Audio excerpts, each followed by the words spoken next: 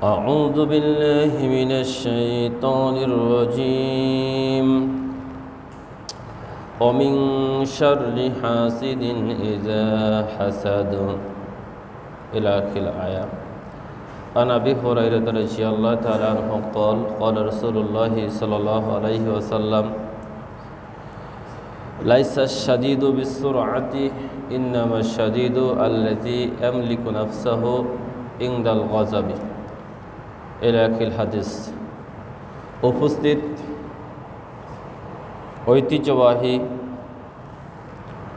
বাইতুল মামুর চাঁদ জামে মসজিদ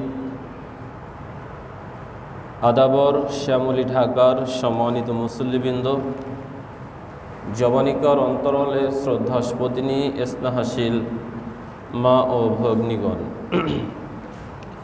আলোচনার শুরুতে সে মহান আল্লাহ তাআলা দরবারে শুকরিয়া আদায় করি যে মহান আল্লাহ সুবহানাহু ওয়া তাআলা আপনাকে আমাকে যথাসময়ের পূর্বে এ মসজিদে হাজির হওয়ার তৌফিক দান করেছেন। সকলে বলি আলহামদুলিল্লাহ। দুরুদ ও সালাম রাসূলের প্রতি, সকলে বলি আল্লাহুম্মা সাল্লি আলাইহি আল্লাহুম্মা বারিক আলাইহি। সম্মানিত উপস্থিতি, আমি আপনাদের সম্মুখে সূরাতুল ফালাক এর ৫ নম্বর আয়াত এবং নবী সাল্লাল্লাহু আলাইহি ওয়াসাল্লামের জবানি হতে বুখারী মুসলিম মিশকাতের 5105 নম্বর হাদিসটি বর্ণনা করে শুনিয়েছি। তেলাওয়াতকৃত আয়াত ও বর্ণিত হাদিসকে কেন্দ্র করে আমি আমার আলোচনার বিষয় নির্ধারণ করেছি রাগ, হিংসা, অহংকার। বর্ণিত বিষয়ের প্রতি পবিত্র কোরআন ও সহিহ হাদিসের আলোকে আমার অতি ক্ষুদ্র বিদ্যায় এক জনকল্যাণকর সংক্ষিপ্ত আলোচনা রাখার চেষ্টা করব ইনশাআল্লাহ। আলহামদুলিল্লাহ, আমি আপনাদের এখানে প্রায় 3.5 বছরের বেশি সময় ধরে যাতায়াত করি, কিন্তু আমি এমন ঈদের পরে কখনো খুতবা আমার আশা হয় নাই। এজন্য আজকের সবচাইতে মনে হয় মুসল্লি সংখ্যা কমই হবে ইনশাআল্লাহ। যাই হোক, আলহামদুলিল্লাহ। তবে আজকে আপনাদের সামনে যে বিষয়টি আমি উপস্থাপন করেছি, এটা একটি গুরুত্বপূর্ণ বিষয়, রাগ, হিংসা, অহংকার। যদিও 3টা শব্দ দিয়ে আমি 3টা বাক্য বলেছি, কিন্তু 3টা বাক্যই একই সূত্রে গাঁথা। কারণ আপনি একজন মানুষকে অহংকারী প্রমাণ করতে পারবেন না যদি তার ভিতরে হিংসা না থাকে, আবার আপনি তাকে হিংসুকও প্রমাণ করতে পারবেন না যদি সে অহংকারী না হয়। আবার আপনি তাকে হিংসুক এবং অহংকারী প্রমাণ করতে পারবেন না, দুইটা একসঙ্গে, যদি তার ভিতরে রাগ, ক্ষোভ, জিদ, অন্যের প্রতি একটা ক্ষোভ তৈরি হওয়া, অন্যের প্রতি একটা জিদ তৈরি যদি না হয়, তাহলে সে আপনার প্রতি অহংকারী হবে না, তার ভিতরে অহংকার আসবে না।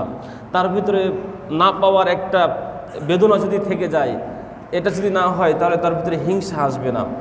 অতএব 3টা শব্দ, 3টা বাক্য আমরা আপনাদের সামনে উপস্থাপন করেছি। 3টা শব্দই এক অভিন্ন একটি শব্দের ভিতরে গাঁথা রয়েছে, রাগ, হিংসা, অহংকার। অতএব যিনি রাগী মানুষ তিনি হিংসুক, যিনি হিংসুক হয় তিনি অহংকারী হয়ে যায়, এমনটাই স্বাভাবিক। আসলে এই অহংকার বলতে আমরা বুঝি অহংকারী ব্যক্তি সে নিজেকে সবসময় বড় মনে করে, অন্যকে ছোট মনে করে। অতএব অন্যকে ছোট মনে করে নিজেকে বড় মনে করার নামটি হচ্ছে অহংকার। আর হিংসুক, হিংসা কাকে বলে? হিংসা বলতে আমরা বুঝি আল্লাহ তাআলা আপনার অপর এক সাথী ভাই বোনের আল্লাহ প্রদত্ত যে নিয়ামত দিয়েছেন, সেই নিয়ামত দেখে তার এই নিয়ামতকে, আল্লাহ প্রদত্ত নিয়ামতকে মেনে নিতে না পারা, ওই ব্যক্তির সফলতা উন্নতিতে তার ক্ষতি সাধনের চেষ্টা করা, তার ধ্বংস কামনা করা, এটার নাম হচ্ছে হিংসা। আর রাগ হচ্ছে অহংকার আর হিংসার মূল চালিকা শক্তি। কারণ অহংকার এবং হিংসাকে পরিচালনা করেই হচ্ছে রাগ। কারণ একজন মানুষ যখন রেগে যায় তখন তার জীবনের কন্ট্রোল ক্ষমতা তার কাছে থাকে না, এই কন্ট্রোল ক্ষমতাটা চলে যায় শয়তানের দখলে, শয়তানই তাকে নিয়ন্ত্রণ করে। অতএব যখন একজন মানুষ রেগে যায়, তখন যেহেতু তার এখন নিয়ন্ত্রণ নিজের কাছে নেই, তার বিদ্যা বুদ্ধি সব কিছু শয়তান এখন নিয়ন্ত্রণ করছে, অতএব ওই শয়তান তখন তাকে দিয়ে পৃথিবীর সব রকম সিদ্ধান্ত নিতে পারে। ও হিংসুক বানিয়ে দিতে পারে, অহংকার বানিয়ে দিতে পারে। পৃথিবীতে এমন কোনো পাপ নেই, এমন কোনো সিদ্ধান্ত নেই যে সিদ্ধান্ত বাস্তবায়ন করাতে পারে না। অতএব রাগটি হচ্ছে সকল কিছুর মূল চালিকা শক্তি। এই জন্য আপনাকে আমাকে এই রাগ থেকে বিরত থাকতে হবে। কারণ আপনি আমি রেগে গিয়ে জীবনে যা কিছু করব, যে ডিসিশনটাই নিব, এক পর্যায়ে যখন রাগটা ঠান্ডা হয়ে আসবে, মস্তিষ্ক কাজ করা শুরু করবে, শয়তান আপনার মস্তিষ্ক ছেড়ে দিবে, আপনার মস্তিষ্ক আপনার কাছে চলে এসে কাজ করবে। তখন দেখবেন যে না, রাগের সময়ে যে সিদ্ধান্ত নিয়েছি, যে কথাটি বলেছি, এটা আমার চরম ভুল হয়েছে। এই জন্য আমি এক সময়ে দোকানদারি করতাম, মুদি দোকানদার। তো ওই যে বাল্বগুলো বিক্রয় করতাম, ওই বাল্বের একটা যে খাপ রয়েছে, ওর গায়ে লেখা ছিল রাগলেন তো হেরে গেলেন। অতএব রাগ হলো আপনি রেগে গিয়েছেন, তা আপনি জীবন যুদ্ধে হেরে গিয়েছেন। অতএব প্রত্যেকটি মানুষ তার জীবনের ক্ষেত্রে সে যা ডিসিশন নিয়েছে, এক সময়ে তার সেটা ভুল প্রমাণিত হয়েছে। যদিও ভুল প্রমাণ হওয়ার পরেও কেউ ক্ষমা প্রার্থনা করেছেন, আবার কেউ জিদের কারণে, ওই যে জিদ, অহংকার, তার দাম্ভিক্য, এগুলোর কারণে সে ক্ষমা প্রার্থনা করেনি। কারণ সে মনে করেছে এখন যদি আমি গিয়ে বলি যে আমার ভুল হয়েছে, তাহলে আমার যে একটা এত দাম্ভিক্যতা ছিল, এত জিদ ছিল, আমি এত যে হঠকারিতা দেখিয়েছি, আমার হানি হবে, আমাকে এখন নত স্বীকার করতে হবে। এইটা মনে করে ওই রাগের সময় যে সিদ্ধান্ত নিয়েছিলেন, এর কারণে আপনি ক্ষমা প্রার্থী হচ্ছেন না। কিন্তু আপনি ঠিকই বুঝতে পেরেছেন যে আপনি ভুল করেছেন। সম্মানিত উপস্থিতি, এই জন্য রাগ থেকে আপনাকে আমাকে ফিরে আসতে হবে। আবু হুরায়রা রাদিয়াল্লাহু তাআলা আনহু বলেন, নবী সাল্লাল্লাহু আলাইহি ওয়াসাল্লাম এর নিকটে আন্না রাজুলুন ক্বালা লিন নবী সাল্লাল্লাহু আলাইহি ওয়াসাল্লাম, আবু হুরায়রা রাদিয়াল্লাহু তাআলা আনহু বলেন, একদা একজন ব্যক্তি নবী সাল্লাল্লাহু আলাইহি ওয়াসাল্লামকে বললেন, আউসিনি, হে নবী সাল্লাল্লাহু আলাইহি ওয়াসাল্লাম, আপনি আমাকে একটু উপদেশ প্রদান করুন। তখন নবী সাল্লাল্লাহু আলাইহি ওয়াসাল্লাম তাকে বললেন, ক্বালা লা তাগযাব, তুমি রাগ করো না। তখন ফারাদ্দা যালিকা মিরারান, ওই ব্যক্তি রাসূল সাল্লাল্লাহু আলাইহি ওয়াসাল্লামকে কয়েকবার, ফারাদ্দা যালিকা মিরারান, কয়েকবার নবী সাল্লাল্লাহু আলাইহি ওয়াসাল্লামকে বললেন, নবী সাল্লাল্লাহু আলাইহি ওয়াসাল্লাম আপনি আমাকে উপদেশ প্রদান করুন, নবী সাল্লাল্লাহু আলাইহি ওয়াসাল্লাম আপনি আমাকে একটু উপদেশ প্রদান করুন, নবী সাল্লাল্লাহু আলাইহি ওয়াসাল্লাম আপনি আমাকে একটু উপদেশ প্রদান করুন। নবী সাল্লাল্লাহু আলাইহি ওয়াসাল্লাম প্রত্যেকবারই বললেন, ক্বালা লা তাগযাব, তুমি রাগ করো না, তুমি রাগ করো না, তুমি রাগ করো না। হাদিসটি বুখারী, তিরমিজি, মিশকাতের 5104 নম্বর হাদিস। বর্ণিত এই হাদিস দিয়ে আপনাকে আমি বলতে চাচ্ছিলাম যে একজন ব্যক্তি নবীকে বললেন, আপনি আমাকে উপদেশ দিন। নবী সাল্লাল্লাহু আলাইহি ওয়াসাল্লাম তাকে বললেন, তুমি রাগ করো না, তুমি রাগ করো না, তুমি রাগ থেকে বিরত থাকো, নিজেকে কন্ট্রোল করো। কারণ রাগ করলেই তোমার সফলতা সব কিছু ধ্বংস হয়ে যাবে, তুমি কখনো সফল হতে পারবে না। তুমি যদি রাগ করো, তাহলে দুনিয়াবী জীবনে তুমি ব্যর্থ যেমন হবে, পরকালীন জীবনেও তুমি অনুরূপভাবে ব্যর্থ হবে। কেননা রাগ অন্যের চাইতেও নিজেকে ক্ষতি করে বেশি। আপনি দেখুন না, আপনি যখনই রাগ করে যে সিদ্ধান্তটা নিয়েছেন, দেখেন আপনারই ক্ষতি হয়েছে, আপনার সাংসারিক ক্ষতি হয়েছে, পারিবারিক স্বামী স্ত্রী মনোমালিন্য হয়েছে, রাগ করে একটা সিদ্ধান্ত নিয়েছেন, ঘরের একটা কিছু ভেঙে ফেলেছেন, ক্ষতিটা আপনার হয়েছে। আপনার একটা কিছু হয়েছে, সন্তানকে অহেতুক প্রহার করেছেন, ওই যার কারণে তার একটা অঙ্গহানি হয়ে গিয়েছে, অথবা ডাক্তারের কাছে নিয়ে হাজার হাজার টাকা খরচ করতে হয়েছে। এই যে রাগ করে একটা কিছু করেছেন, মানে যাই করেছেন না কেন, অন্যের চাইতে রাগের ক্ষতিটা নিজের উপরেই বেশি পড়ে। আর রাগ আপনার দুইয়ের সম্পর্কের মাঝে স্থায়ী ক্ষত তৈরি করে, আপনার ভিতরে জিদ, ক্ষোভ, হতাশা তৈরি করে আপনাকে জীবন যুদ্ধের প্রতিটি ক্ষেত্রে একটি হার মানিয়ে দেয়। অতএব যখনই একজন মানুষ রাগ করে তখনই সে সফলতা থেকে অনেক দূরে সরে যায়। এই জন্য একটা গল্প শুনেছিলাম বা গল্প পড়েছিলাম। গল্পটি হলো এই, একটা সাপ সে ওই যাচ্ছে, নিজের গতিতে চলে যাচ্ছে, হঠাৎ করে একটা ছুরি যার দুই ধারে ধার রয়েছে, এমন একটি ছুরার আঘাত ওই সাপটার লাগলো। যখন সাপটার গায়ে ওই ছুরার আঘাতটি লেগেছে তখন সাপটি আবার ফিরে এসেছে যে কিসে আমাকে আঘাত দিল। তখন ওর অনেক রাগ হয়েছে, যেহেতু সাপের শরীরে আঘাত লেগেছে। তখন ও ফেনা উঁচিয়ে ওই লোহার ছুরির উপরে ও কয়েকটি তার ফোঁস সবল সে ওখানে দিয়ে দিয়েছে।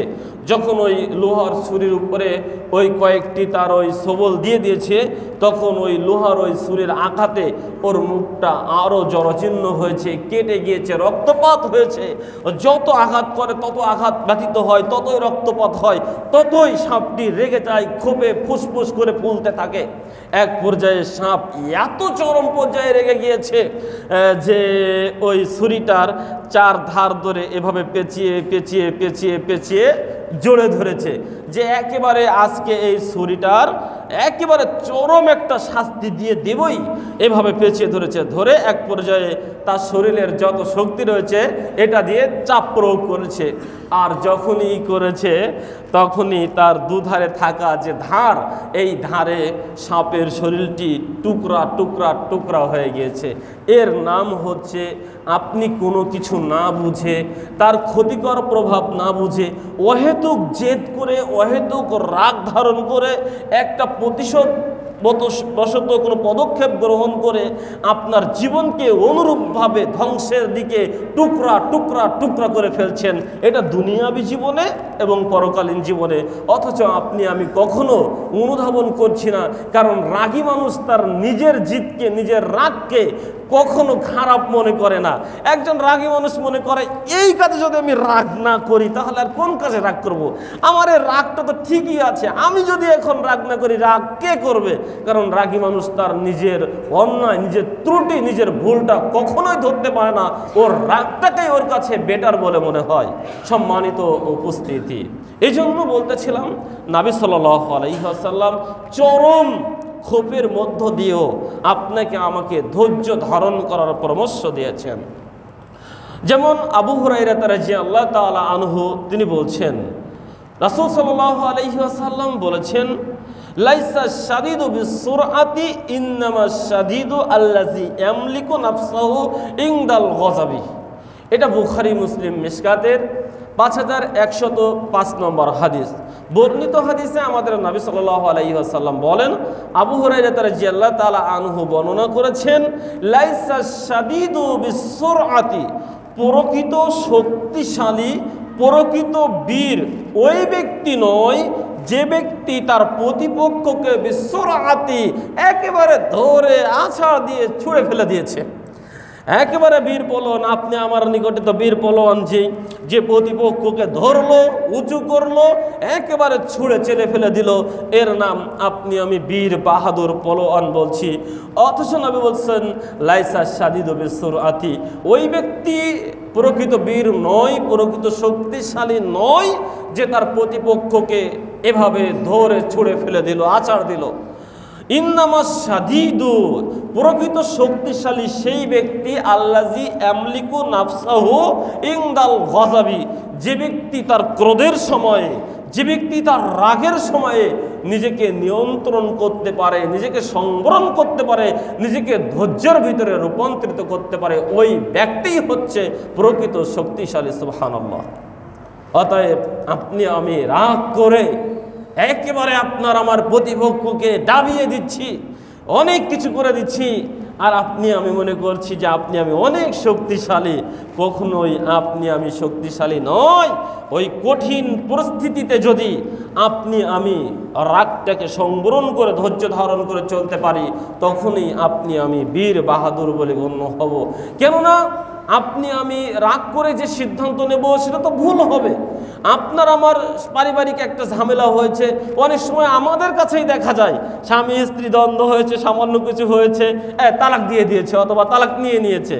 5-6 মাস পরে গিয়ে হয় স্বামী অথবা স্ত্রী ফোন করছে, হুজুর এভাবেই তো করেছিলাম, এখন তো ওই স্ত্রীকে ফেরত পেতে চাচ্ছি অথবা ওই স্বামীকে নিতে চাচ্ছি, পেতে চাচ্ছি, করণীয় কি?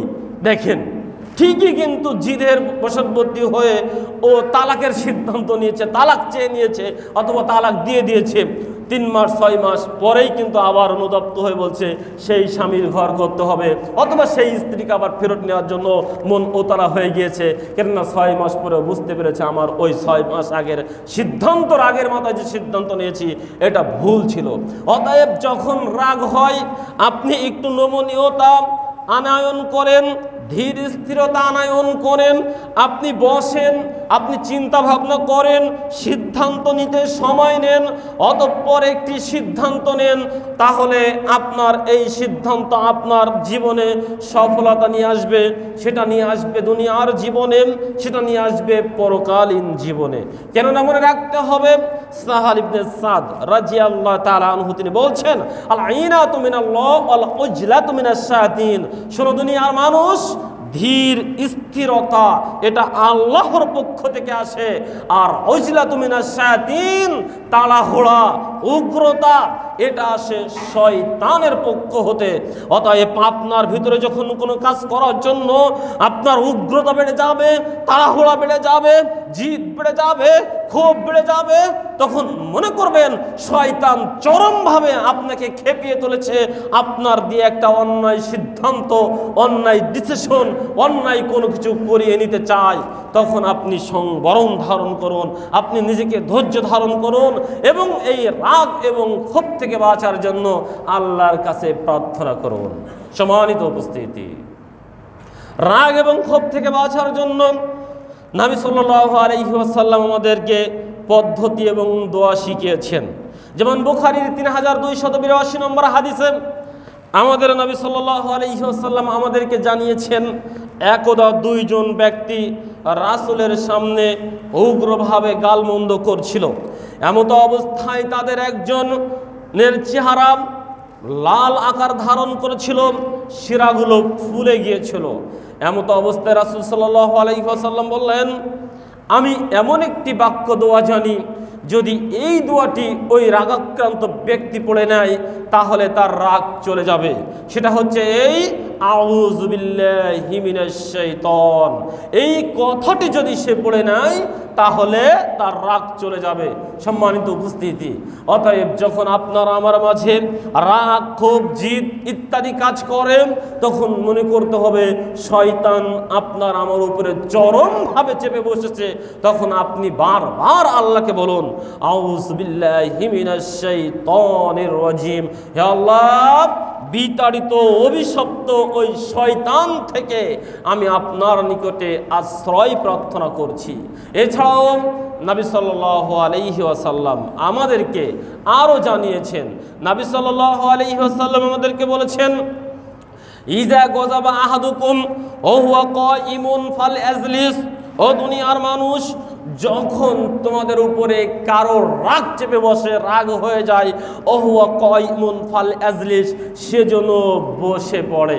অতএব কারোর ভিতরে যদি রাগ কাজ করে, রাগ এসে যায়, তাহলে তার করণীয় হলো সে যদি দাঁড়িয়ে থাকে তাহলে তাকে বসে পড়তে হবে। ফাইন যাহাবা আনহুল গযাবা, যদি বসে পড়েও তার রাগ না যায়, ওয়া ইল্লা ফাল আস্তাজি, তাহলে সেজন্য চিত হয়ে শুয়ে পড়ে। এটা নবী সাল্লাল্লাহু আলাইহি ওয়াসাল্লাম আমাদেরকে জানিয়েছেন আবু দাউদ মিশকাতের 5114 নম্বর হাদিস দিয়ে। সম্মানিত উপস্থিতি, তাহলে রাগ থেকে বাঁচার উপায় হলো আপনাকে বলতে হবে আউযু বিল্লাহি মিনাশ শাইতানির রাজিম। দ্বিতীয় হলো আপনি দাঁড়িয়ে থাকলে বসে পড়বেন। তৃতীয় হলো যদি বসেও আপনার রাগ না কমে তাহলে আপনি চিত হয়ে শুয়ে পড়বেন। এটা নবী সাল্লাল্লাহু আলাইহি ওয়াসাল্লাম বলেছেন। আবু দাউদ মিশকাতের 5113 নম্বর একটা হাদিস জয়ীফ সূত্রে বর্ণনা করা হয়েছে যে রাসূল সাল্লাল্লাহু আলাইহি ওয়াসাল্লাম বলেছেন, রাগ যেহেতু শয়তানের পক্ষ হতে আসে আর শয়তান হলো আগুন দিয়ে তৈরি, আগুন দিয়ে সৃষ্টি, আর আগুন নিভানো হয় পানি দিয়ে। অতএব সুতরাং যখন তোমাদের ভিতরে কারোর রাগ কাজ করে সেজন্য উজু করে নেয়, উজু করে নিলেই তার রাগ চলে যাবে। এ কথা আমাদের নবী সাল্লাল্লাহু আলাইহি ওয়াসাল্লাম বলেছেন। আর উজু করলেই 2 রাকাত সালাতে দাঁড়িয়ে যাবেন। অতএব আবার বলছি, রাগ খুবই খারাপ জিনিস। নবী সাল্লাল্লাহু আলাইহি ওয়াসাল্লাম রাগ করতে নিষেধ করেছেন। রাগ আপনার আমার জীবনে সফলতার চাইতে ব্যর্থতায় নিয়ে আসে সবচাইতে বেশি। এটা ইবাদত বন্দিগির ক্ষেত্রে, পারিবারিক ক্ষেত্রে, সামাজিক ক্ষেত্রে, যে কোনো সিদ্ধান্তের ক্ষেত্রে রাগ আপনাকে হতাশা বাড়িয়ে দেয়, ক্ষোভ বাড়িয়ে দেয়, জিদ বাড়িয়ে দেয়, শয়তানের সিদ্ধান্তকে বাস্তবায়ন করার একেবারে একটা কাজ করিয়ে নেয় এই রাগটি। অতএব যখনই রাগ হয়ে যাবে, আপনি আমি বারবার বিতাড়িত শয়তান থেকে আশ্রয় প্রার্থনা করব। দাঁড়িয়ে থাকলে বসে পড়ব, বসে থাকলে চিত হয়ে শুয়ে পড়ব। প্রয়োজনবোধ মনে করলে উজুখানাতে গিয়ে পানি নিয়ে সুন্দর করে উজু করে সমস্ত অঙ্গ ধৌত করে ফেলে দাঁড়িয়ে যাব সলাতে। ইনশাআল্লাহ এর মাধ্যমে আল্লাহ তাআলা আপনার আমার রাগ ক্ষোভ থেকে আপনাকে আমাকে পরিত্রাণ দিবেন। অতঃপর যখন আপনার আমার মস্তিষ্ক স্বাভাবিকভাবে চলে আসবে, তখন বসে পরামর্শ করে ভেবে চিন্তে একটি সিদ্ধান্ত নিব। ইনশাআল্লাহ এই সিদ্ধান্ত আপনার জীবনে, আপনার সমাজ জীবনে, পারিবারিক জীবনে, রাষ্ট্রীয় জীবনে, এমনকি বিশ্ববাসীর জন্য, এমনকি পরকালীন জীবনের জন্য কল্যাণকর হবে ইনশাআল্লাহ। আল্লাহ রাব্বুল আলামিন আপনাকে আমাকে সকলকে দুনিয়াবী জীবন পরিচালনার ক্ষেত্রে সকল জিদ ক্ষোভ রাগকে দূরে ঠেলে দিয়ে সংবরণ হয়ে বিনয়ী হয়ে জীবন যাপন করার তৌফিক দান করুন। সকলে বলে আল্লাহুম্মা আমিন। সম্মানিত উপস্থিতি, এ পর্যায়ে আপনার সামনে কথা বলতে চাচ্ছিলাম অহংকার। অহংকার আসলেই আসমানে সর্বপ্রথম যে পাপ সংগঠিত হয়েছিল, আসমানে সর্বপ্রথম যে পাপ সংগঠিত হয়েছিল, এই পাপটার নাম হচ্ছে অহংকার। আসমানের সর্বপ্রথম পাপ হলো অহংকার, যে পাপটি করেছিল ইবলিস। ওই যেটা আপনি আমি জানি সূরা বাকারার 34 নম্বর আয়াতে, ওয়াইজ কুলনা লিল মালাইকাতি ইসজুদু লি আদামা ফাসাজাদু ইল্লা ইবলিস আবা ওয়াস্তাকবার ওয়া কানা মিনাল কাফিরিন। যখন আল্লাহ ইবলিসকে বলেছিল আদম আলাইহি ওয়াসাল্লামকে সিজদা করো, তখন সকল ফেরেশতা, ইবলিস সহ সকলকে আল্লাহ তাআলা বলেছিলেন আদম আলাইহি ওয়াসাল্লামকে সিজদা করো। তখন আল্লাহ তাআলার এই আদেশ সকল ফেরেশতা মেনে নিয়েছিল ইল্লা ইবলিস, ইবলিস ব্যতীত। আবা ওয়াস্তাকবার ওয়া কানা মিনাল কাফিরিন, আর সে হয়ে গিয়েছিল অস্বীকারী, আল্লাহর অবাধ্য এবং কাফের। আল্লাহ তাআলা সূরা আরাফের 12 নম্বর আয়াতে আমাদেরকে বলছেন, আল্লাহ তাআলা ইবলিসকে বললেন, ক্বালা মা মানাআকা আল্লা তাসজুদা ওয়াইজ আমারতুকা, কি সে তোমাকে বাধা দিল যখন আমি আল্লাহ তোমাকে আদম আলাইহি ওয়াসাল্লামকে সিজদা করার নির্দেশ দিলাম। আমি আল্লাহ যখন তোমাকে ইবলিস আদম আলাইহি ওয়াসাল্লামকে সিজদা করার নির্দেশ দিলাম, তোমাকে বাধাটা দিল কিসে? তুমি সিজদাটা দিলে না কেন? ইবলিস বলেছিল, ক্বালা আনা খায়রুম মিনহু, কেননা আমি আদম আলাইহি ওয়াসাল্লাম থেকে শ্রেষ্ঠ, আমি আদম আলাইহি ওয়াসাল্লাম থেকে উত্তম। ওই যে প্রথমে আপনাকে আমি শুনিয়েছি, অহংকার কাকে বলে? নিজেকে বড় মনে করে অন্যকে ছোট মনে করার নামটি হচ্ছে অহংকার। অহংকারী ব্যক্তি সব সময় নিজের সবটাই ভালো মনে করে, ও নিজের বিদ্যাকে বড় বিদ্যা মনে করে। ও মনে করে আমার চেয়ে বড় পণ্ডিত এ বাংলাদেশে তো নেই, সারা দুনিয়াতে নেই, আমি সবচেয়ে বড় পণ্ডিত। ও মনে করে আমার সিদ্ধান্ত পৃথিবীতে সবচাইতে সঠিক সিদ্ধান্ত। ও মনে করে আমার জ্ঞান, আমার বিদ্যা, আমার অর্জন, আমার ক্ষমতা, আমার যা কিছু রয়েছে আমি সবচেয়ে ভালো, আমার পোশাক ভালো, আমার চেহারা ভালো, আমার ইত্যাদি ভালো, আমার গাড়ি ভালো, আমার বাড়ি ভালো, সব কিছু অহংকারী ব্যক্তি সব সময় নিজেকে বড় মনে করে, অন্যকে ছোট মনে করে। এটা দেখবেন যখন অহংকারী ব্যক্তিকে আপনি সামনে দেখবেন, দেখবেন ও নিজেকে কত বড় মনে করে। ঠিক ইবলিস তাই বলেছিল, কলা আনা খয়রুম মিনহু, এ কারণেই আমি সিজদা করিনি, কেননা আমি আদম আলাইহিস সালাম থেকে উত্তম এবং শ্রেষ্ঠ। খলাকতানি মিন নারিউ ওয়া খলাকতাহু মিন তিন। ইবলিস যুক্তি দেখিয়েছিল, খলাকতানি মিন নারিউ, কেননা আমাকে সৃষ্টি করা হয়েছে আগুন দিয়ে, ও খলাকতাহু মিন তিন, আর তাকে সৃষ্টি করা হয়েছে কাদা মাটি থেকে।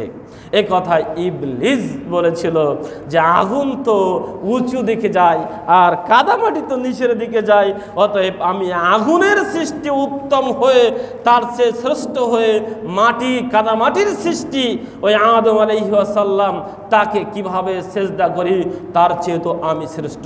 অতএব আসমানের সর্বপ্রথম অহংকার, দাম্ভিক্য দেখিয়েছিল ইবলিস। তখন আল্লাহ বলেছিল, বের হয়ে যাও আমার এই জান্নাত থেকে, তুমি আমার আদেশ অমান্য করেছো, তুমি অহংকার করেছো, তোমার মতো অহংকারীকে আমি এই জান্নাতে রাখতে চাই না, এখানে আশ্রয় দিতে চাই না, বের হয়ে যাও এই জান্নাত থেকে। এরপর আর অনেক কথা রয়েছিল, ইবলিস অবকাশ নিয়েছিল আপনার আমাকে ধোঁকা দিচ্ছে এখনো তাই, যেটা করার অবকাশ নিয়েছিল সেটাই করছে, আর আপনি আমি ইবলিসের ধোঁকায় পড়ে গিয়েছি। সম্মানিত উপস্থিতি, অতএব বলতে চাচ্ছিলাম, ইবলিস সর্বপ্রথম আসমানে এই অহংকার নামক পাপটি করেছিল। অতএব আসমানের প্রথম পাপ হলো অহংকার। এই জন্য তো লোকমান তার ছেলেকে বলেছিলেন, ওয়ালা মানাকা, যে হে আমার ছেলে, তুমি পৃথিবীতে দাম্ভিক্য স্বরে চলাচল করিও না, তুমি পৃথিবীতে দাম্ভিক্য স্বরে অন্যর দিকে মুখ বেঁকিয়ে তাকিও না, মুখ বেঁকিয়ে তাকিয়ে মুখটাকে ফিরিয়ে নিও না।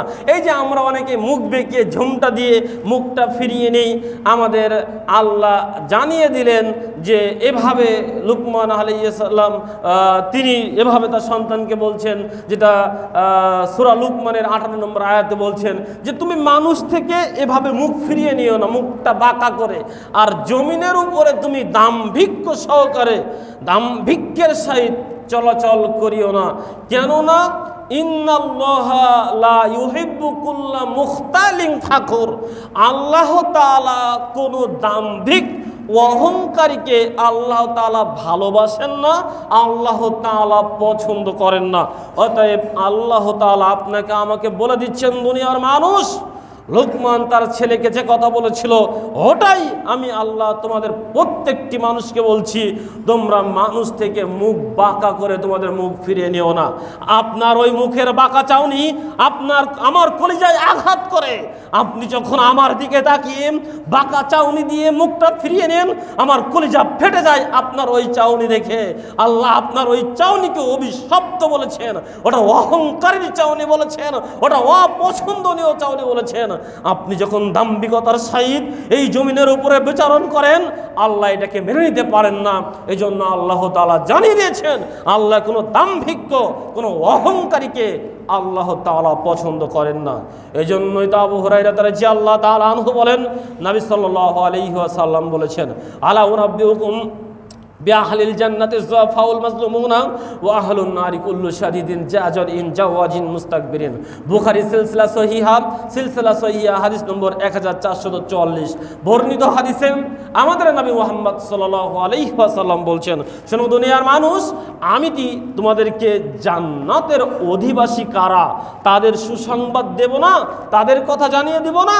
আলা উনাব্বিউকুম বিআহলিল জান্নাতি যুআফাউল মাজলুমুনা, যারা দুনিয়াতে মাজলুম, জয়ীফ, দুর্বল প্রকৃতির, তারাই হচ্ছে জান্নাতি। ওয়া আহলুন নারি, আর জাহান্নামের অধিবাসী তারা, কুল্লু শাদীদিন জাজারিন জাওয়াজিন মুস্তাকবিরিন, প্রত্যেক কঠোর কর্কশভাষী, প্রত্যেক কঠোর কর্কশভাষী, শক্তিশালী এবং অহংকারী মুস্তাকবিরিন, এই 4 শ্রেণীর কথা বলছেন। অতএব কঠোর মানুষ ও জাহান্নামে যাবে, কর্কশভাষী মানুষ জাহান্নামে যাবে, শক্তির অপব্যবহারকারী মানুষ জাহান্নামে যাবে, মুস্তাকবিরিন অহংকারী দাম্ভিকতার সহিত যারা দুনিয়াতে চলাচল করে এই অহংকারী মানুষ জাহান্নামে যাবে। এ কথা আমাদের নবী বলেছেন। জাহান্নামে যাবে তো যাবেই। আল্লাহ তাআলা এই অহংকারী মানুষদের সাথে কথা পর্যন্ত কিয়ামতের মাঠে বলবেন না। নবী সাল্লাল্লাহু আলাইহি ওয়াসাল্লাম বলেন, আন আবি হুরায়রা রাদিয়াল্লাহু তাআলা আনহু قال قال রাসূলুল্লাহ সাল্লাল্লাহু আলাইহি ওয়াসাল্লাম, আবু হুরায়রা রাদিয়াল্লাহু তাআলা আনহু বলেন, রাসূল সাল্লাল্লাহু আলাইহি ওয়াসাল্লাম বলেছেন, সালাসাতুন লা ইকাল্লিমুহুমুল্লাহু ইয়াউমাল কিয়ামাতি ওয়া লা ইউযাক্কিহিম। আল্লাহ তাআলা কিয়ামতের মাঠে 3 শ্রেণীর ব্যক্তির সাথে কথা বলবেন না।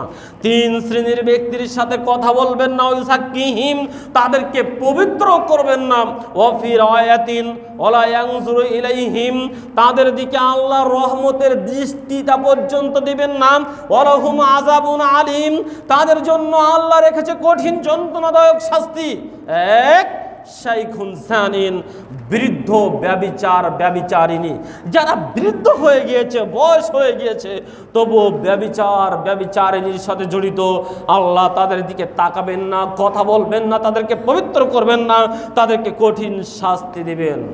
শাইখুন জানিন ও মালিকুন কাজ্জাবুন, মিথ্যাবাদী শাসক, যারা মানুষের সামনে মিথ্যা আশ্বাস দেয়, শাসক হিসাবে সামনে আসবে, মিথ্যার কথা ভুরি ভুরি শোনাবে, অথচ বাস্তবতার কোনো ছিটাছুটি নেই। এই মালিকুন কাজ্জাব মিথ্যাবাদী শাসককে আল্লাহ তাআলা কিয়ামতের মাঠে পবিত্র করবেন না, তার দিকে রহমতের দৃষ্টি দিবেন না, তার সঙ্গে কোনো প্রকার কথা পর্যন্ত বলবেন না। আরে যাও, তোমার সঙ্গে কোনো কথা নেই, চলে যাও, তুমি মিথ্যাবাদী শাসক ছিলে, তুমি মানুষকে মিথ্যা ওয়াদা দিয়েছিলে, তোমার মতো মিথ্যাবাদী শাসককে কথা বলবো না, তোমার দিকে তাকিয়ে দেখার সুযোগ আমার নেই, যাও, তুমি চলে যাও, তোমার সঙ্গে কথা নেই, তোমার দিকে আমার তাকানো নেই, তোমাকে আমি পবিত্র করবো না, বরং তোমার জন্য আমি রেখেছি জাহান্নাম নামক শাস্তি।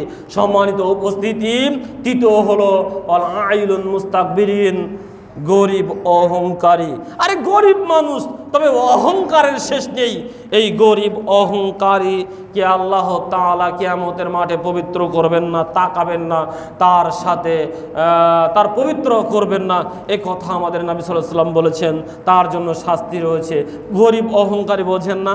এই গরিব অহংকারী দেখবেন আপনার এখানে আছে, আপনি মোড়ের মধ্যে চলে যান, একটা রিক্সাওয়ালা ওখানে বসে রয়েছে, আপনি বলছেন ভাই চলেন একটু শ্যামলিতে দিয়ে আসেন, ও বলছে না এখন যাইতাম না, অথচ আপনাকে শ্যামলি যাওয়া দরকার, আর ওর বাড়িতে চাউল নেই, ও আপনি যে টাকা দিবেন ওই টাকা দিয়ে চাউল কিনে নিয়ে গেলে ওর বাড়িতে রান্না বান্না হবে, ওর ছেলে মেয়ে খাবে, এই পরিবেশটার, অথচ ওই চায়ের দোকানে বসে রয়েছে, টিভি দেখছে অথবা আড্ডা পিটাচ্ছে, চা খাচ্ছে, ইত্যাদি করছে, আপনি বলছেন চলেন মামা শ্যামলি যাই, ও বলছে না এখন যাইতাম না।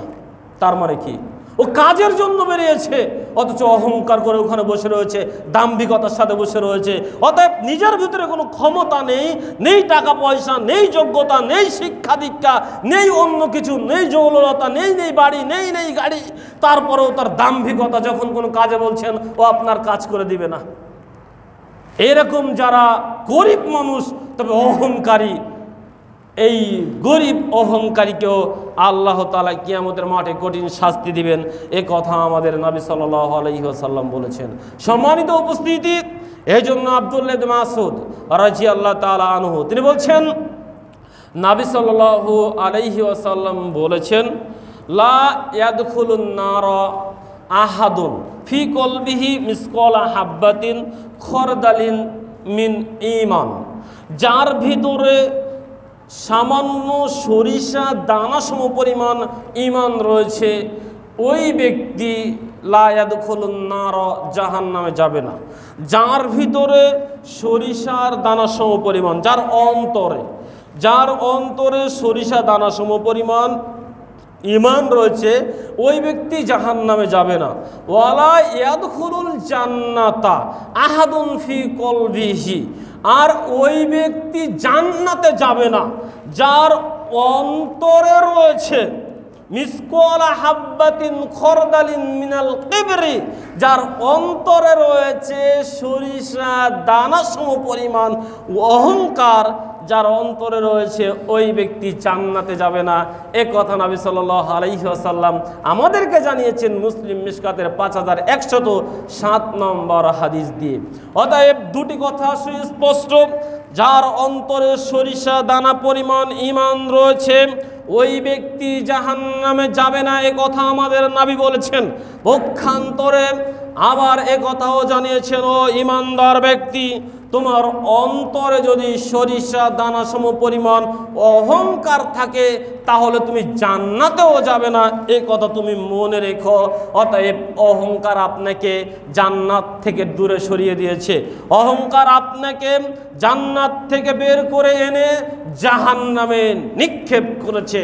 অপর এক হাদিসে আব্দুল্লাহ ইবনে মাসউদ রাদিয়াল্লাহু তাআলা আনহু বলেন, নবী সাল্লাল্লাহু আলাইহি ওয়াসাল্লাম বলেছেন, লা ইয়াদখুলুল জান্নাতা মান কানা ফি কলবিহি মিসকালা যাররাতিন মিন কিবরি। ও দুনিয়ার মানুষ শোনো, যার অন্তরের ভিতরে, আগে তো বলেছি সরিষা দানা সম পরিমাণ, এখন বলছি যাররাতিন মিন কিবরি, যার অন্তরের ভিতরে জাররা পরিমাণ। আরে জাররা কাকে বলে এটা তো আমি ভালো বুঝি না, আপনি একটু বুঝে নিন, বিন্দু থেকে বিন্দু। এই জাররা পরিমাণ যদি অহংকার কারোর অন্তরে থাকে, জাররা সম পরিমাণ অহংকার, সরিষার দানা তো দেখা যায়, তবে জাররা যে কি বলে এটা তো বুঝি না। এই জাররা পরিমাণ, বিন্দু পরিমাণ অহংকার যদি কারোর অন্তরে থাকে ওই ব্যক্তি জান্নাতে যাবে না, এ কথা আমাদের নবী বললেন। ফাকালা রাজুলুন, তখন একজন ব্যক্তি নবীকে বললেন, ইন্নার রাজুলু ইউহিব্বু আন ইয়াকুনা সাওবুহু হাসানান ওয়া নালুহু হাসানান। ও নবী মুহাম্মদ সাল্লাল্লাহু আলাইহি ওয়াসাল্লাম, মানুষ তো এটা পছন্দ করে, ও সাওবুহু হাসানান, তার জামাটা সুন্দর হোক, ও নালুহু হাসানান, তার জুতাটা সুন্দর হোক। মানুষ তো এটা পছন্দ করে, তার জামাটা সুন্দর হোক, তার জুতাটা সুন্দর হোক, তা এটাও কি তার অহংকার হবে? তখন নবী বললেন, ক্বালা আল্লাহু জামিলুন ওয়া ইউহিব্বুল জামাল। ও আমার সাহাবী, তুমি শোনো, আল্লাহ নিজে সুন্দর, আল্লাহ সৌন্দর্যকে ভালোবাসেন, আল্লাহ নিজে সুন্দর, আল্লাহ সৌন্দর্যকে ভালোবাসেন। সুবহানাল্লাহ। অতএব কারোর জামা সুন্দর হওয়াতে অহংকার হয় না, কারোর পায়ের জুতা সুন্দর হওয়াতেই অহংকার হয় না। বরং যদি আল্লাহ আপনার অর্থবিত্ত দিয়েছে, আপনি যদি সে মোতাবেক পোশাক না পরেন তাহলে আপনি হলো কৃপণ, আপনাকে আল্লাহ ভালোবাসেন না। একটা কথা মনে পড়ে গেল আলোচনার সাপেক্ষে। একদে একজন ব্যক্তি রাসূলের খেদমতে আসলেন, তখন ওই ব্যক্তি বলছেন, আমার গায়ের পোশাকটা একটু নর্মাল ছিল। তা রাসূল সাল্লাল্লাহু আলাইহি ওয়াসাল্লাম আমাকে বললেন যে আল্লাহ কি তোমাকে কোনো ধন সম্পদ দেয়নি? তা আমি বললাম, জি দিয়েছে, আল্লাহ আমাকে অনেক ধন সম্পদ দিয়েছে। কি ধন সম্পদ দিয়েছে? তা আল্লাহ আমাকে উট দিয়েছে, দাস দাসী দিয়েছে।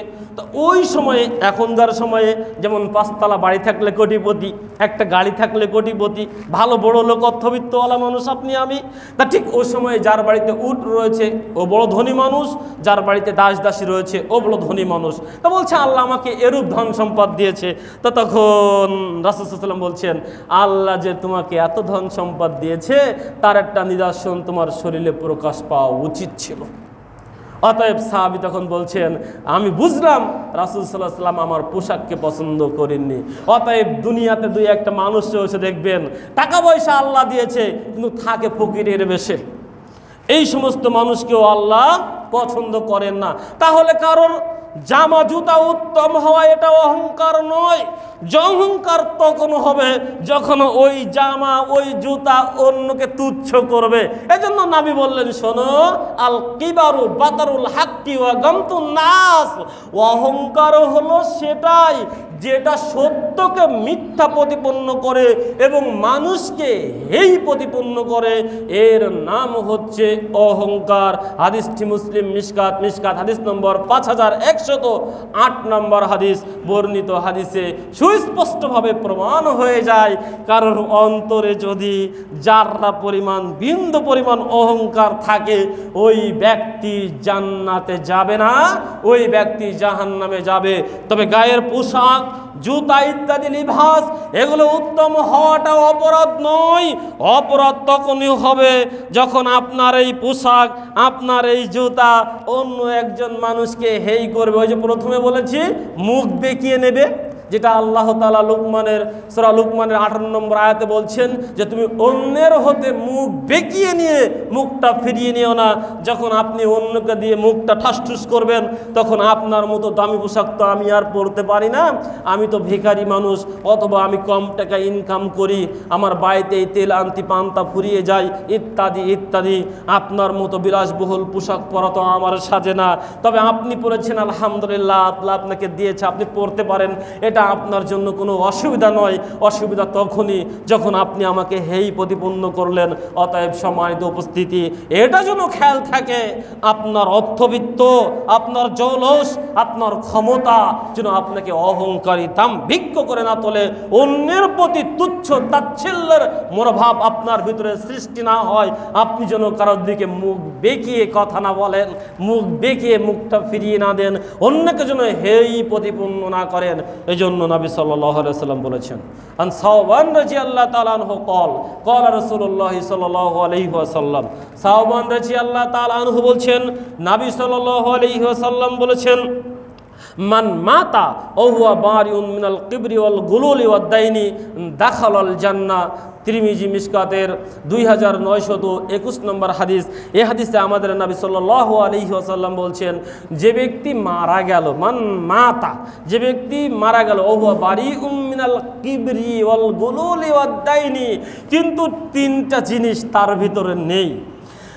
মারা গিয়েছে ব্যক্তি, কিন্তু তিনটা জিনিস তার ভিতরে নেই। কি নেই? তার ভিতরে নেই ঋণ, তার ভিতরে নেই আত্মসাৎ, তার ভিতরে নেই অহংকার। অদ্দাইনি, ঋণ নেই, অল গুলুলি, আত্মসাৎ নেই, অল কিবরি, অহংকার নেই। তিনটা জিনিস হতে মুক্ত, ঋণ হতে মুক্ত, আত্মসাৎ হতে মুক্ত, অহংকার হতে মুক্ত। তিনটা জিনিস হতে মুক্ত হয়ে ওই ব্যক্তি মারা গেল, মান মাতা ও হুয়া বারিউন মিনাল কিবরি ওয়াল গুলুলি ওয়াদ দাইনি দাখালাল জান্নাহ, ওই ব্যক্তি জান্নাতে প্রবেশ করবে। সুবহানাল্লাহ। এখন আপনার সাথে একটু মিলিয়ে নেন। ঋণ নিয়ে একদিন বক্তব্য দিয়েছিলাম, ইনশাআল্লাহ মনে আছে হয়তো আপনাদের। ঋণ বড় কঠিন জিনিস। অতএব দেখেন তো আপনার কাছে কেউ টাকা পয়সা পায় কিনা, আপনি কারোর অর্থবিত্ত ফাঁকি দিয়েছেন কিনা, আত্মসাৎ করেছেন কিনা, আপনি করেছেন কিনা দেখেন, আপনার ভিতরে অহংকার আছে কিনা, তিনটা জিনিস আছে কিনা।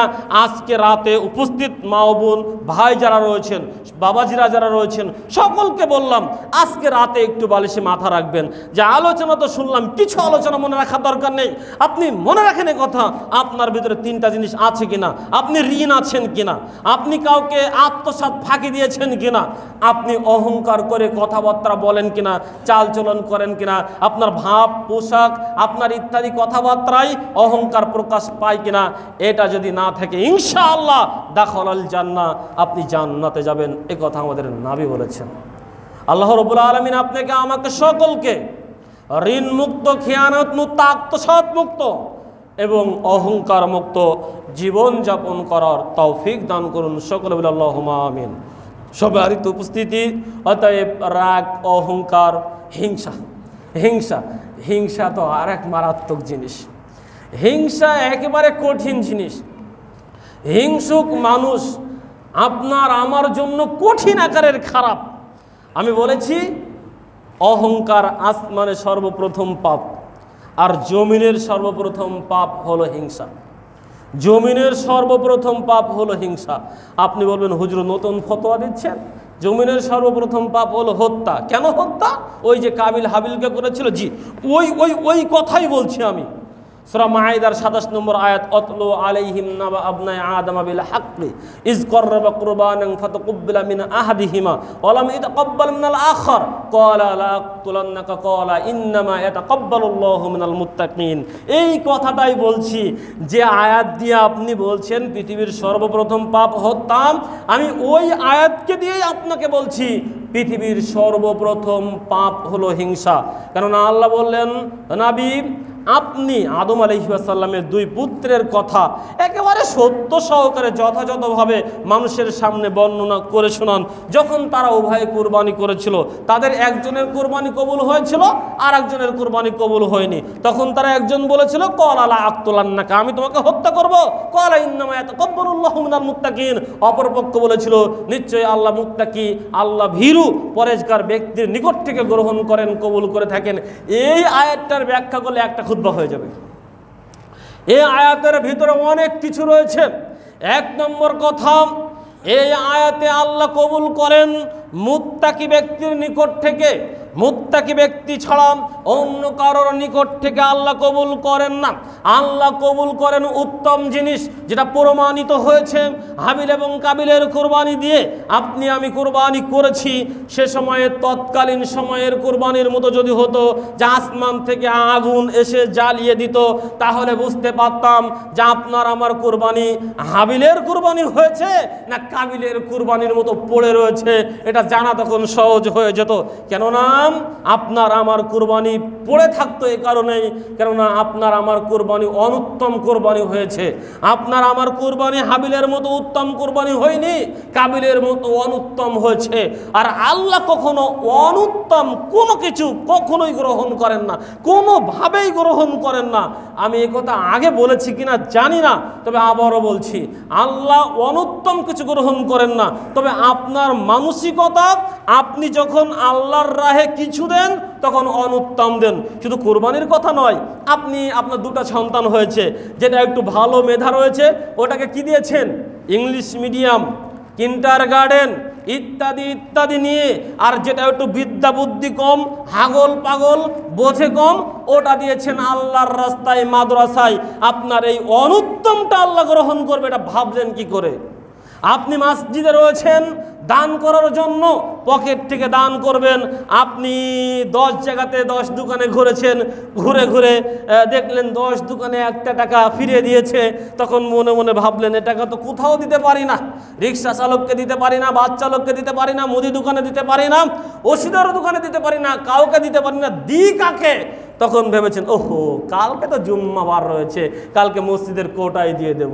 অতএব মসজিদের কোটার টাকা যদি 1000 হয়, 700 টাকা ভালো বা 600 টাকা ভালো, 300 টাকা টেপ মারা, ছেঁড়া, ভাগ্ন ধরা ইত্যাদি ইত্যাদি। কারণ ও দান করেছে সর্বনিম্নটা, খারাপটা। মসজিদের ইমাম সাহেবের বেতন যদি 10,000 হয়, 10,000-এর 4000 হয় টেপ মারা, ছেঁড়া টাকা। ও মসজিদের ইমাম সাহেব বাজার করতে গেলেই বোঝে হুজুর ইমামতির টাকা নিয়ে এসেছেন, বোঝা যাচ্ছে। সম্মানিত উপস্থিতি, অতএব আপনার এই অনুত্তম টাকা দান, এই অনুত্তম কুরবানি, এই অনুত্তম ত্যাগ আল্লাহ কখনো কবুল করবে না। পৃথিবীতে যখনই যে প্রান্তে আল্লাহর জন্য অনুত্তম কিছু দান করবেন, কখনো আল্লাহ গ্রহণ করবে না। এই একটা মেসেজ মনে রাখবেন, যা কিছু দিবেন, একটা কথাও যদি আল্লাহর জন্য কুরবান করেন, সেটা যদি অনুত্তম হয় আল্লাহ কবুল করবেন না উত্তম ছাড়া। অতএব আপনাদের নিকটে সবিনয় অনুরোধ, যখন আল্লাহর জন্য দিবেন, যখন আল্লাহর জন্য কুরবান করবেন, উত্তম তাই কুরবানি করবেন, অনুত্তমটা কুরবান কখনো করবেন না। সম্মানিত উপস্থিতি, এই জন্য আমি নিজের ব্যক্তিগত এক সময় কথা বলি, এটা বড়ত্ব মহত্ব দেখানোর জন্য নয়, আপনাকে অনুপ্রেরণা দেওয়ার জন্য। আমি 1 টাকা দান করলেও, যখন 1 টাকা দান করি, মনে করেন আপনি 1000 টাকা দান করেন, আমি 1 টাকা করি, তখন ওই 1 টাকা যখন দান করি, তখন আমি দেখি আমার এই টাকার ভিতরে আমার চোখে সবচাইতে চকচক কোনটা করছে, যেটা সবচাইতে নজরদারিতে ভালো লাগে, চকচক করে, আমি ওই 1 টাকাটাই দান করার জন্য নির্ধারণ করি।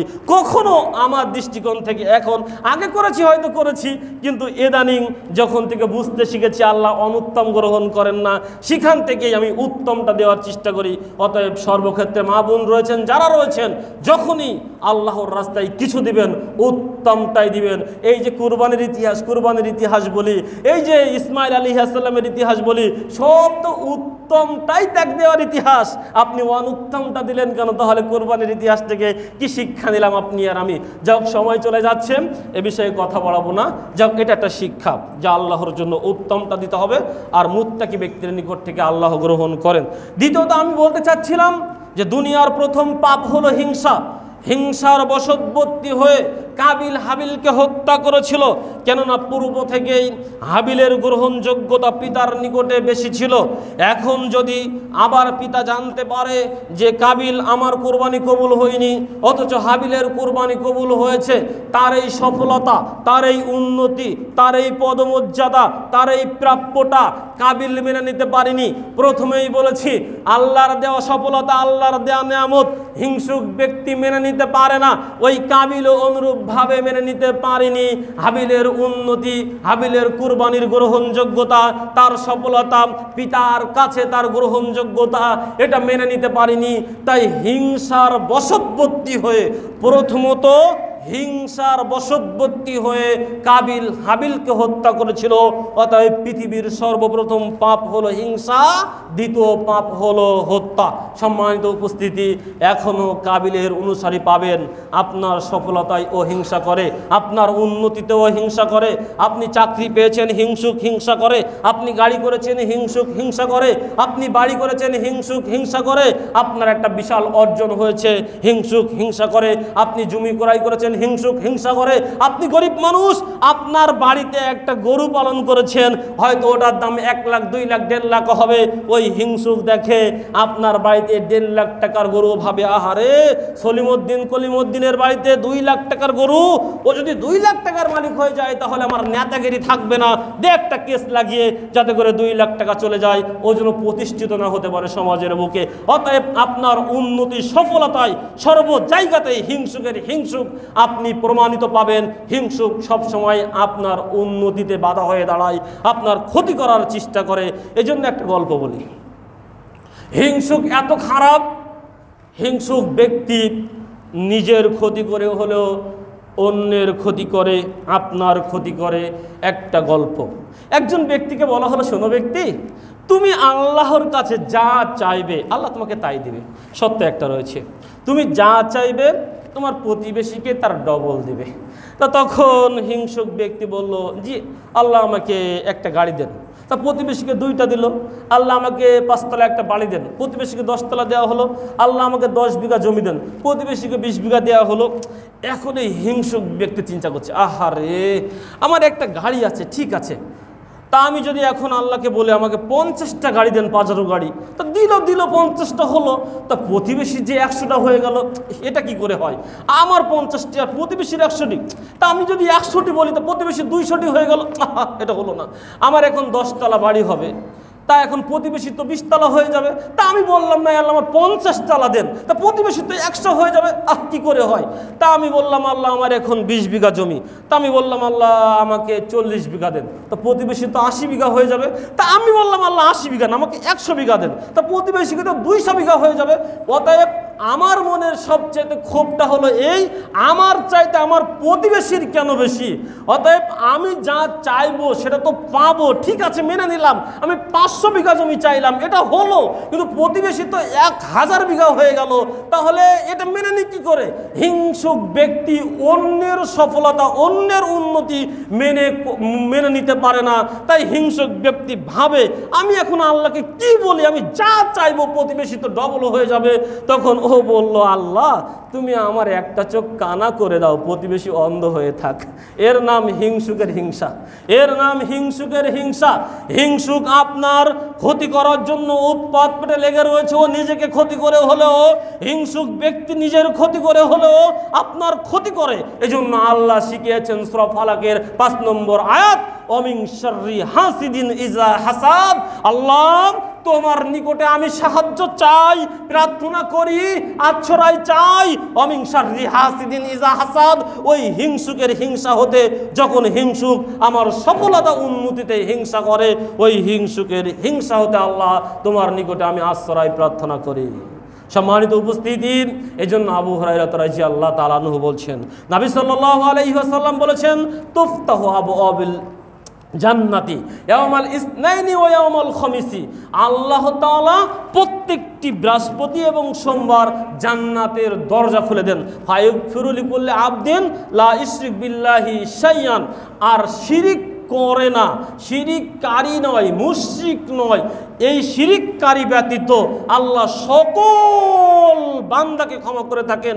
ইল্লা রজুলুন, ওই ব্যক্তি ব্যতীত, কানাত বাইনাহু ও বাইনা আখিহি শাহনাউ, যে ব্যক্তি তার অপর সাথী ভাইয়ের সাথে হিংসা বিদ্বেষ করে। ফায়ুকালু, আল্লাহ তাআলা ফেরেশতাদেরকে বলেন, উনজুর আযাইনি হাত্তা ইস্তলিহা, ও আমার ফেরেশতাগণ, ওই হিংসুককে অবকাশ দাও, দেখো ও নিজেকে সংশোধন করে নেয় কিনা। মুসলিম মিশকাতের 5029 নম্বর হাদিস। অতএব প্রতি বৃহস্পতি এবং সোমবার আল্লাহ জান্নাতের দরজা খুলে দিচ্ছেন, আর সকলকে, মুশরিক ব্যতীত সকলকে আল্লাহ ক্ষমা করছেন, তবে হিংসুককে নয়। ওই হিংসুককে ক্ষমা করছেন না, হিংসুককে আল্লাহ মেনে নিতে পারেননি। কারণ হিংসুককে আল্লাহ বলছেন, ফেরেশতা একটু অবকাশ দাও, দেখো হিংসুকের হৃদয় পরিবর্তন হয় কিনা, ও নিজের ভিতরে মিটিয়ে নেয় কিনা, ওর হিংসাত্মক মনোভাব থেকে ফিরিয়ে আসে কিনা, ও নিজের ভাইয়ের সাথে আদাত মিটিয়ে নেয় কিনা। এটা আল্লাহ তাআলা আমাদেরকে জানিয়ে দিলেন। সম্মানিত উপস্থিতি, যেহেতু সময় শেষ হয়ে গিয়েছে, আমিও কথা গুটিয়ে নিয়ে আসলাম। আল্লাহ রাব্বুল আলামিন আপনাকে, আমাকে, সকলকে এই যে আজকের দিনের আলোচনা, সেটা হলো হচ্ছে রাগ, হিংসা, অহংকার। রাগ এটাও আপনার আমার জন্য কল্যাণকর নয়, হিংসা আপনার আমার জন্য কল্যাণকর নয়, অহংকারও আপনার আমার জন্য কল্যাণকর নয়। কোনো জিনিস আপনার আমার জন্য দুনিয়াতে না এনে দেয় সফলতা, না এনে দেয় পরকালীন জীবনে সফলতা বা কল্যাণ বা মুক্তি, কোনোটাই আনে না। বরং দুনিয়াবের জীবনে রয়েছে ব্যর্থতা, লাঞ্ছনা, গর্জনা এবং পদমর্যাদা হারানোর ভয়, এবং পরকালীন জীবনে রয়েছে আল্লাহর কাছে অধিক শাস্তিযোগ্য স্থান জাহান্নাম, এবং আল্লাহর পক্ষ থেকে ভৎসনা রয়েছে। আল্লাহ আপনার আমার দিকে তাকাবেন না, কথা বলবেন না, পবিত্র করবেন না, আরও কত কিছু। আল্লাহ সকলকে ক্ষমা করছেন, আপনাকে আমাকে ক্ষমা করছেন না, কারণ আপনি আমি হিংসুক। এভাবেই সর্ব জায়গাতেই আপনি আমি অপমানিত হচ্ছি, পদদলিত হচ্ছি, লাঞ্ছিত হচ্ছি। যদিও নিজের মনের এবং জিদের কাছে নিজেকে বড় মনে হচ্ছে, কিন্তু আপনি দেখেন আপনার ওই গন্ধ কত দূর চলে গিয়েছে। আপনি যদি গন্ধটা নিতে পারতেন, আপনার হিংসুকের গন্ধ, অহংকারের গন্ধ, রাগের যে ক্ষতির পড়ার একটা গন্ধ, এটা যদি আপনি নিতে পারতেন, তাহলে বুঝতে পারতেন এটা কত দূর নিয়ে চলে গিয়েছে আপনাকে। আল্লাহ রাব্বুল আলামিন আপনাকে আমাকে রাগ, হিংসা, অহংকার, এই 3 মারাত্মক ব্যাধি হতে হেফাজত করে, নিজেকে সংবরণ করে, অহংকার মুক্ত হয়ে, হিংসা মুক্ত হয়ে, বিনয়ী হয়ে জীবন যাপন করার তৌফিক দান করুন। আমরা যেন সর্ব অবস্থায় আল্লাহর পথে আমাদের সর্ব উত্তমটা দিতে পারি। যা কিছু দিই, সন্তান দিলেও মাদ্রাসাতেই যেন উত্তম সন্তানটা দিই। যদিও এখন পাল্টে গিয়েছে, কথা বলার সুযোগ নেই, তা আল্লাহ যেন আমাদের উত্তম দেওয়ার অভ্যাস তৈরি করেন, আল্লাহর রাহে উত্তম কিছু বিলে দিতে পারি। আল্লাহ কবুল করুন এ দাবি এবং দোয়া আল্লাহর দরবারে পেশ করে আজকের দিনের সংক্ষিপ্ত আলোচনা এখানে শেষ করছি। আকাউলি হাযা আস্তাগফিরুল্লাহ ওয়া লাকুম। আসসালামু আলাইকুম ওয়া রাহমাতুল্লাহ।